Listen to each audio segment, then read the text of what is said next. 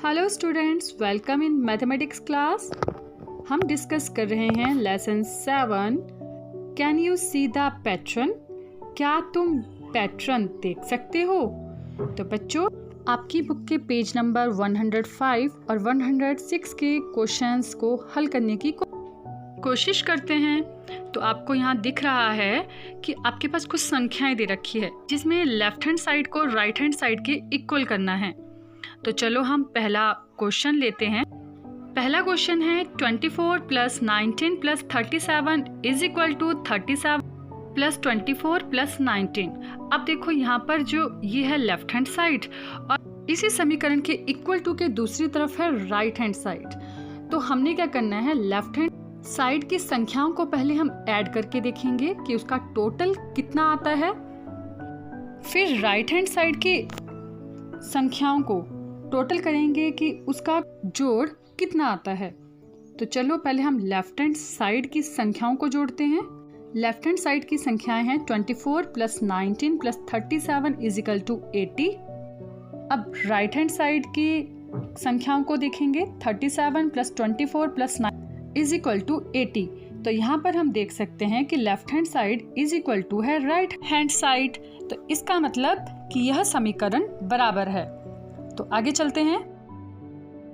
Next equation है 215 plus 120 plus 600 is equal to 600 plus 215 plus 120।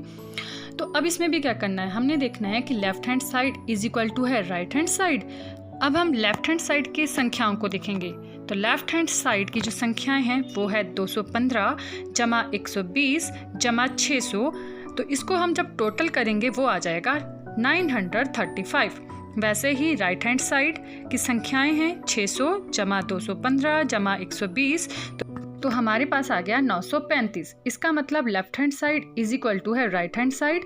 तो ये इक्वेशन भी बराबर है। अब नेक्स्ट है खाली स्थान को भरें। जैसे हमने अभी पहले क्वेश्चंस किए हैं सेम वैसे ही है, लेकिन यहाँ पर कुछ स्पेस खाली दे रखा है। वहाँ पर हमने संख्याएं भरनी है ताकि आपके लेफ्ट हैंड साइड बिल्कुल इक्वल हो जाए राइट हैंड साइड को। अगर हम पहला क्वेश्चन देखें तो पहले क्वेश्चन में यहाँ पर 14 दे रखा है और इक्वल टू के उधर को 34, 14 और 20 दे रखा है।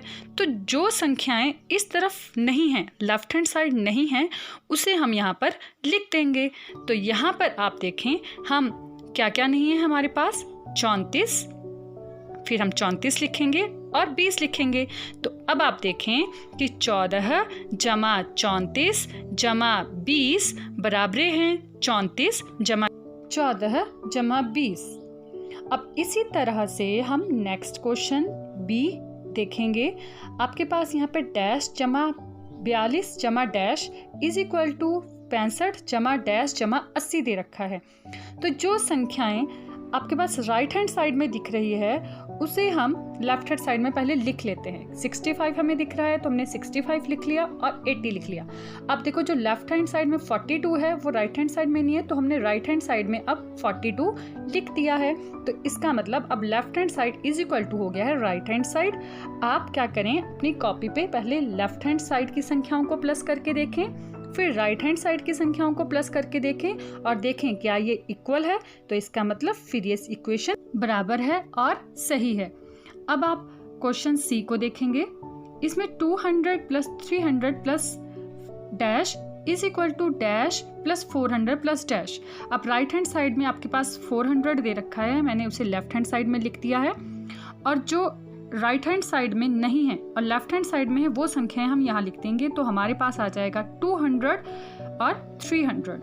तो इसका मतलब हमारे पास यहाँ left hand side is equal to right hand side आ चुका है। आप चेक भी करके देख सकते हैं।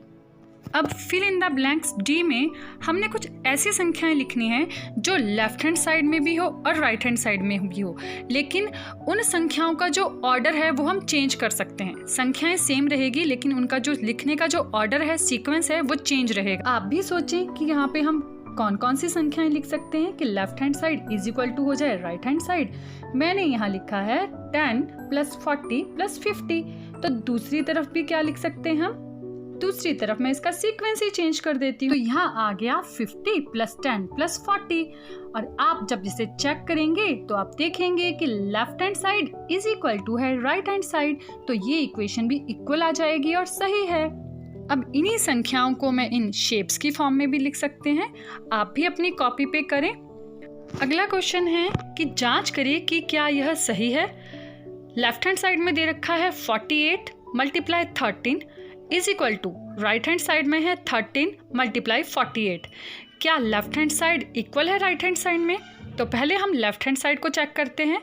लेफ्ट हैंड साइड है हमारे पास 48 × 13, तो जब हमने इसे मल्टीप्लाई किया हमारे पास आ गया 624। ऐसे ही राइट हैंड साइड हमारे पास दे रखा है 13 × 48, तो इज इक्वल टू आ जाएगा 624। तो हम यहाँ पे देख सकते हैं कि लेफ्ट हैंड साइड भी 624 है और राइट हैंड साइड भी 624 है, तो left hand side is equal to है राइट हैंड साइड।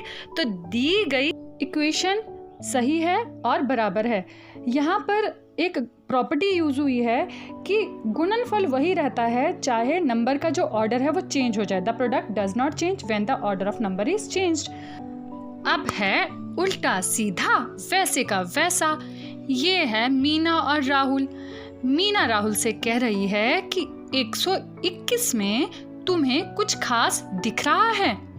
तो राहुल कहता है क्या यह तो केवल एक ही संख्या है। तब मीना कहती है देखो यह संख्या चाहे बाईं ओर से या दाहिनी ओर से पढ़े वही रहती है। राहुल कहता है अरे हाँ, यह दाएं से बाएं पढ़ने पर भी एक तो एक ही है। तो बच्चों आप जरा अपनी कॉपी पे 121 को पहले बाएं से दाएं लिखें, फिर दाएं से बाएं लिख कर देखें। 1 2 1 1 2 1, दोनों तरफ से संख्या वही रहती है 121। तो इस संख्या को हम कहेंगे विशेष संख्या। अब बच्चों आप इन संख्याओं को विशेष संख्याओं में बदलने की कोशिश करें। तो चलो पहली संख्या लेते हैं हम 28। दी गई संख्या 28, इसके अंकों को उल्टा करने पर प्राप्त संख्या 82। कैसे? 28 को जरा उल्टा करके लिखो, 2 8 है ना, तो वो आ जाएगा 8 तो 82। अब इन्हें जोड़ने पर हमें प्राप्त हुआ 110। तो 110 क्या विशेष संख्या है? दाएं और बाएं से पढ़ने पर क्या सेम है? नहीं ना, क्योंकि अगर हम उसे बाएं से दाएं पढ़ते हैं तो 110 1 1 0, और जब उसे दाएं से बाएं पढ़ेंगे तो 0 1 1 11। तो यह विशेष संख्या नहीं है। तो विशेष संख्या को प्राप्त करने के लिए क्या करेंगे? जो प्राप्त संख्या थी ना हमें 110, इसके अंकों को फिर से उल्टेंगे। तो अंकों को उल्टने पर प्राप्त संख्या 0 1 1, इन्हें जोड़ने पर हमें प्राप्त हो गया 121। तो 101 की एक विशेष संख्या है। अगली दी गई संख्या है 132। अंकों को उल्टने पर, रिवर्स करने पर प्राप्त संख्या बराबर 2 3 1, इन्हें जोड़ने पर हमें संख्या प्राप्त होगी बराबर 363। अब आप देखें जरा, 363 को दोनों तरफ से पढ़ने पर 363 ही पढ़ा जाएगा। 3 6 3 3 6 3, तो 363 एक विशेष संख्या है। तो आज के लिए इतना ही। Thanks for watching.